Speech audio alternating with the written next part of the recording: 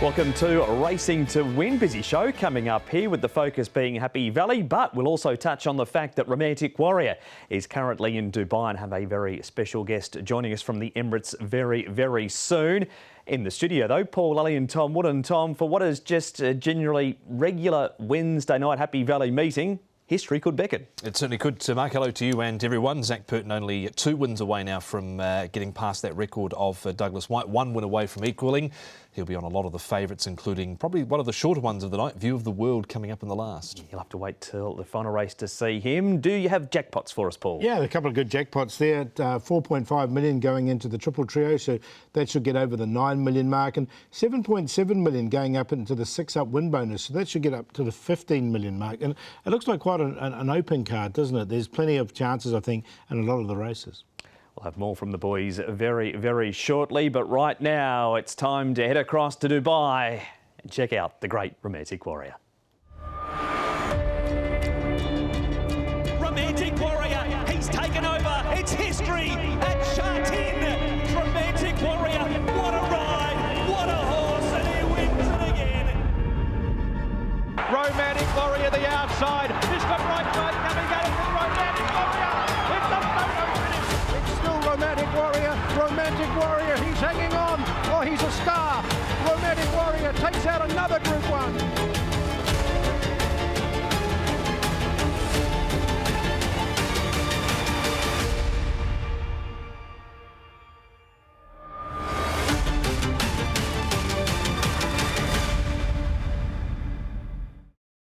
The Romantic Warrior World Tour heads to the Middle East this weekend, and the voice of Dubai Racing has been good enough to join us here on Racing to Win. Pat Comerford, welcome to the show. How long have you been in Dubai now? Hi Mark, and hi Tom and Paul. Great to be with you here for what's going to be an amazing week of racing here as we get to the back end and the business end of the season here in Dubai. It's my second season here now, Mark. I took over the reins last season and was fortunate enough to get the job call on the World Cup as well. So back here for a second stint and hopefully a few more in the locker as well in the next few years. And it's not the first time you've seen China horses over there in the Emirates, because California Spangle did the territory proud in the Aquas. Yeah, look, he was an amazing addition. I mean, even the runner sight success was fantastic in the event as well. Look, we'd love to see him back here as well in the Alquaz. I'm sure with Car Ying rising the way that he's been going, we're going to see quite a few horses here entered for this year's Alquaz, and we'd love to see as many Hong Kong horses as possible. I know the Dubai Racing Club are thrilled to welcome Hong Kong entrants every year for that event. But yeah, California Spangle was an amazing performance last year, and great to see Brenton Abdallah have some success here as well. We've got John Pat to talk about the Jebel Hatta, which is coming up this weekend. How has the reception been since Romantic Warrior has arrived? Yeah, look, he's been on show for everyone, that's for sure. I mean, I wouldn't say that they've been overexerting him too much. He comes in to this race obviously with plenty of fitness from overseas off the back end of that fantastic Hong Kong Cup, and we got to see him on the grass this morning, which was wonderful, with his usual work partner in Romantic Charm. And look, again, I think the grass gallop very much echoed what we've been seeing the last few weeks. I mean, he's just ticking along here at the moment. They're not doing too much with him. I mean, the fitness is already there. That's no issue whatsoever. It's more so just familiarising him with the place, the weather, and hopefully we see him just continue on with it here. I mean, he strikes a very, very winnable race in the Jebel Hatta before he makes his way, hopefully, to Saudi Arabia. We'll talk about some of the opposition to him now. Pat, it's not going to be big in numbers, this field. No, it won't be, unfortunately, Mark. I mean, look, whether or not it's the fact that, that the horses are looking at it going, have to run into Romantic Warrior here, we may as well head to the 2,000 metre race next week, which is the Group 3 Dubai Millennium. As a result, we've only got 7 entrants in the race, which is understandable. I mean, we've got the winner and the runner-up from last year. I speak of Measured Time and Alderman Fleet.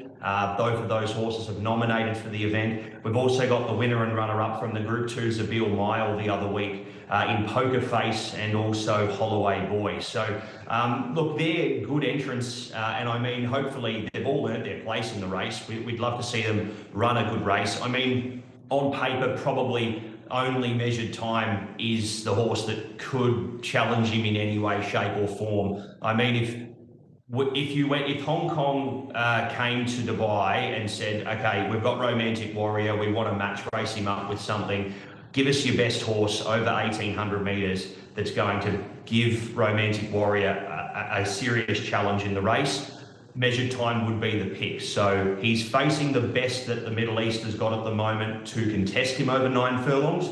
So let's hope to see him run well. Sandonado also runs for Michael Costa, which I think will bring the field to 6. I'd say 6 acceptors will be in the field for tomorrow, which is a nice enough number, and they pay down to 6th, so everyone's going to find themselves a paycheck as well.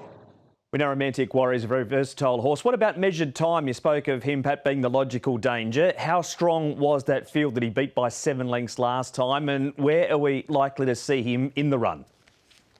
Yeah, look, he's an amazing horse. I mean, what he's been able to achieve, he's had good wins here in Dubai. He's also been able to travel much like Romantic Warrior and have success. We saw him successful over in the States in the middle part of the year as well.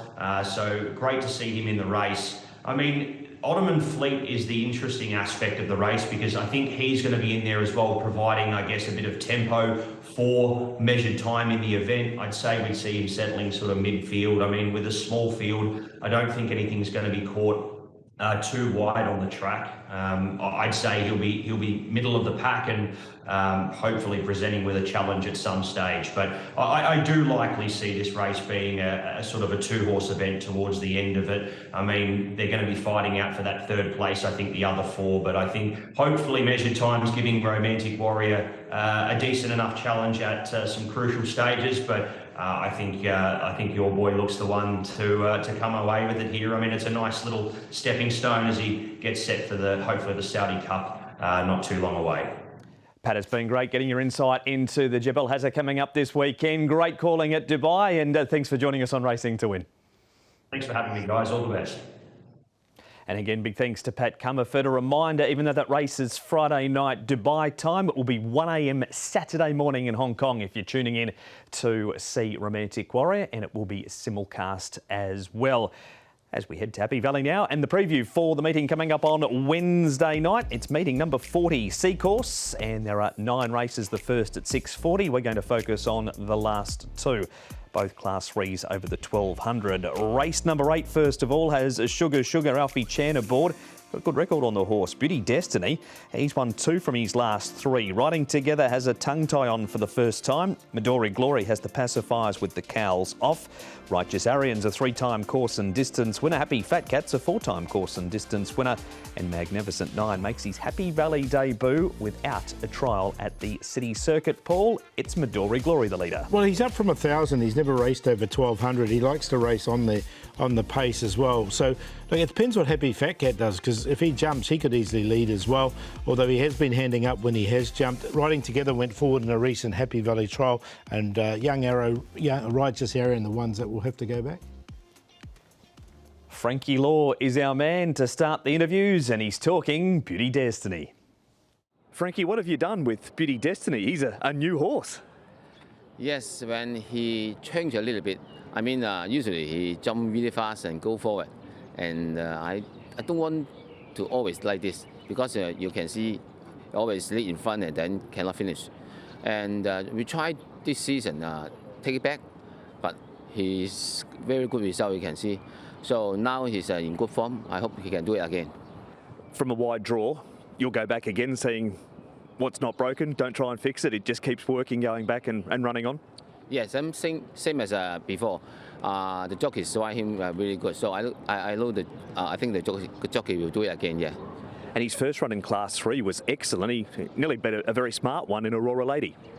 Yes, last start he got I think he's got a draw 1, and before I tried to ask the jockeys if you can move him out, should be better. But anyway, sometimes you can't cannot do it, so he still can finish second really close. Yeah. Been up at Chungfa since that last start. You happy with how he's come back from China? Yeah. We just get up him on Sunday. He's really good form. Yeah. All right, that's Frankie's thoughts, Tom. He's one of yours, Beauty Destiny. He's reinvented himself, to be fair. But I can't put him on top. I like one at an each-way price. He's drawn a little bit wide here. He is on the C course, but he has one from a wide draw, Paul, on the C+3. But to be fair, he has reinvented himself. He has. Since they've been riding, taking him back, he hasn't been getting forward. He hasn't swished that tail, and he's turned into a nice racehorse. So yeah, he goes in for me for sure. Has he been removed from the Muncher file? Yeah, I suppose he has been. He has to be. Put a won line 2 through of his last 3. If you've been on him, yeah. That is Beauty Destiny. Magnificent 9, Paul. What of him? He's yet to win one too. He runs third in this race last time at Sha Tin. He comes up in grade right down the bottom of the weights with just 119 pounds on his back. He's numerous placings in this grade at Sha Tin. Look, he might be a Happy Valley horse. 119 pounds, lightweight. He's drawn nicely, barrier 3. If he doesn't win this race, I think it's a really good race for him. I quite like him in this. He's been consistent with that winning, hasn't he? Obviously hasn't been to Happy Valley in the past. No trial here, but obviously was just beaten there by Another World, and we know he's been going well in the last few starts. So certainly has a chance. He's not going to get too many better opportunities. A righteous Arian. Tom, yet to win in this grade, but very consistent around Happy Valley. Thunder Prince, lightly raced. He runs 7th here. He's been making ground. He has had a sighter at the Happy Valley trials, and it was a very quiet trial in behind them. Yeah, I like the trial, so I'm going to put him on top in this race. He's the one I want to take here against a few of the others. I don't mind Righteous Arian coming back to Happy Valley as well. He's a get-back run-on type as well. Ran the second quickest 400 of this race behind Devana. We know he's been going well this season. Romantic Sun there. I think Victory Sky on the outside again ran well the other day. He's had 2 trials at the Valley, Paul, so I think he's worth a shot here. Yeah, look, I'm going to go with Righteous Arian in the numbers. I thought he ran pretty well in that race, and he's better at Happy Valley. What of these two, Paul? Sugar's Sugar, more than proven around 1,200 metres, and, well, there's several different Happy Fat Cats. It's just a matter of which one turns up. Yeah, exactly. So he's a bit unreliable, Happy Fat Cat, so he's very hard to have.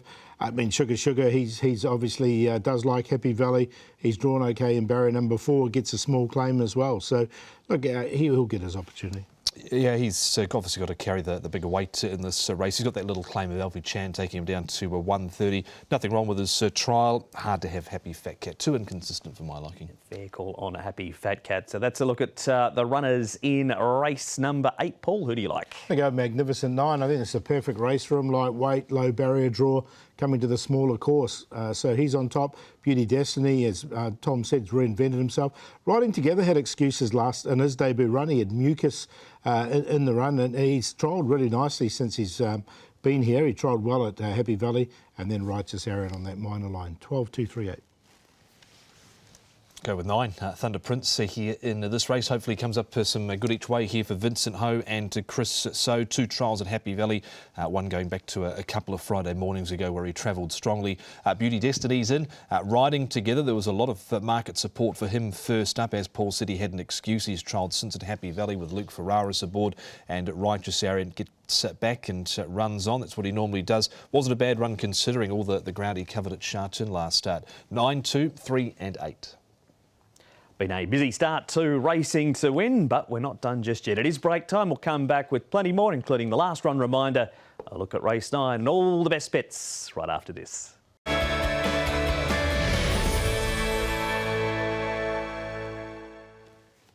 Welcome back. You are tuned to Racing to Win. We're looking at Happy Valley on Wednesday night. The first break is over. That means one thing. It is the last part of the show, and starting with the last run reminder, Paul, what do we got for us this week? I think he's going to be short side happy, but he caught everyone's eye here with this run. So just a reminder for you, he drew wide here and he got really well back in the run, this horse. He had won his previous start as well by getting back. So that's the way to ride him, side happy. He has a ride for Zach Purden as well. They didn't go quick at all. He had to come all the way down out to the outside, and once he got into the clear, he just really stretched out nicely and finished in the placings. Couldn't peg back the winner, but it was a really eye-catching run from him. So he's obviously hit form at the right time. He's had two really good runs in a row now. Just couldn't quite pick up the winner. A couple more strides he would have won. In-form combination, it is the Kaying Rising team. Zach Pert and David Hayes, race 5, number 5. Side happy, nice and easy to remember for the last run reminder for Wednesday's Valley meeting. One more race to preview. It's the last. It's race number 9 and it's over the 1,200 metres. And in this race, we have Eternal Fortune, extra £8 for his only 1,200 metre start, which was a victory. Emirates Racing is a 4-time course and distance winner. View of the World comes up into Class 3 for the first time. All Greek to me likes to go forward. He's got a better draw this week too. King Excellente, Class 4 winner last time. His best form is down in grade. Power kept struggling. We've got Flagship Warrior, 1,600 back to 1,200, and Parterre goes the other way, 1,000 to 1,200, with Lucky Archangel Paul down the bottom being a 7-time course and distance winner. He's going to follow the likely leader, Lucky Archangel, in All Greek to me. Yeah, All Greek to me. He likes to lead, so I think he can easily get to the front. Lucky Archangel's drawn an inside barrier, so he can sit right in behind the pace. Prawns 11 has gone forward. I thought one of the likely favourites, View of the World, will get a perfect run along with Eternal Fortune. I see these two sort of fighting out favouritism. Flagship Warrior, as you mentioned, he's way back in trip, so he's going to have to go all the way. I think he just won't have the pace early, but he has won over 1,200 here in Hong Kong before. He certainly has. We'll talk more about Flagship Warrior soon. Firstly, though, we hear from Hugh Bowman about his ride, Eternal Fortune. Hugh, Eternal Fortune, there doesn't look to be too much of him, but there appears to be quite an engine under the bonnet. Yeah, well, he's not a tall horse. He's quite a thick horse, though. He's strong enough. I mean, it's a bit deceiving to look at, and me sitting on top of him, being of a larger echelon of jockeys, yeah, I certainly feel big on him. But when he gallops, he feels really good. He's got a really good action, covers the ground well, and he's got the will to win, which is the most important ingredient. As he saw last time with him, 1,200 metres, a perfect start at the 6 furlongs for him. Yeah, indeed, and he's been rewarded with a nice barrier again this time, which is a big help. He's got tactical speed, he's got a really good brain, relaxes well, saves energy, and you know, when I burst through the gap last start, I felt like he was idling a bit until he saw the competition on the outside, and then he fought hard. So, you know, I think there's more under the, you know, you speak of the bonnet, I think there's more there actually. So it's going to be interesting to see how far he can go.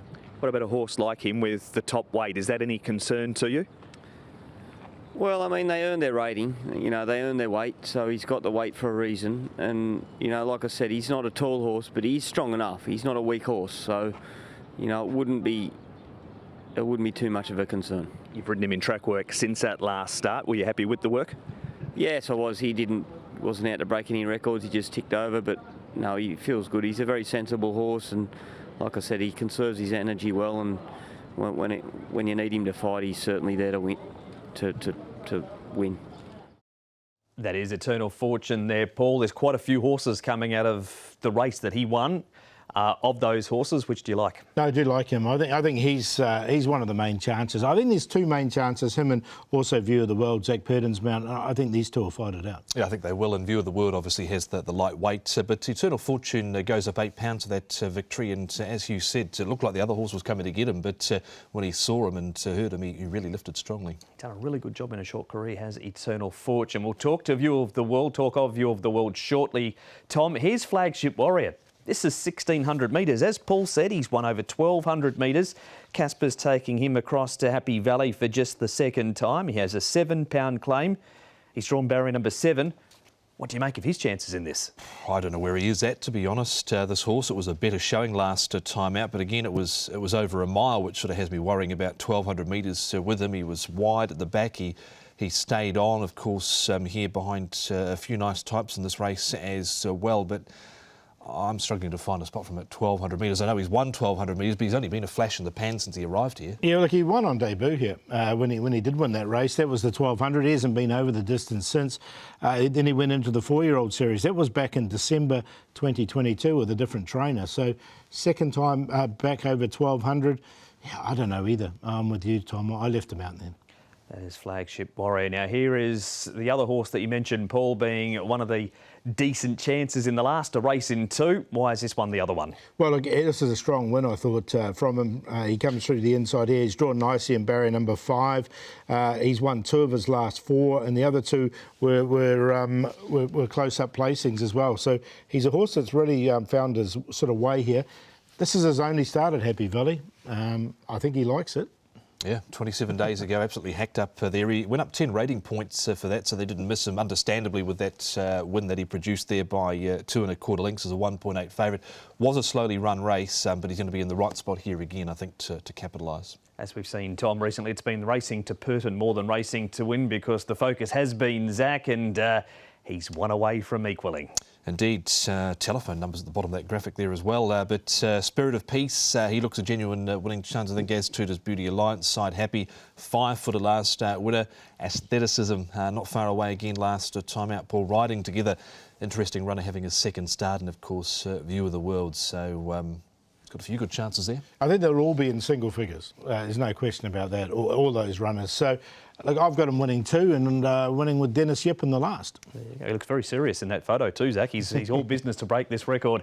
King Excellente, Paul, we have to show it because he's a last start winner. It was over 1,000. He steps up in trip, but his best form is in Class 4. Would you prefer to wait and see with him? Yep, definitely would. He's had 5 goes in this class, had 1 minor placing, so I left him out.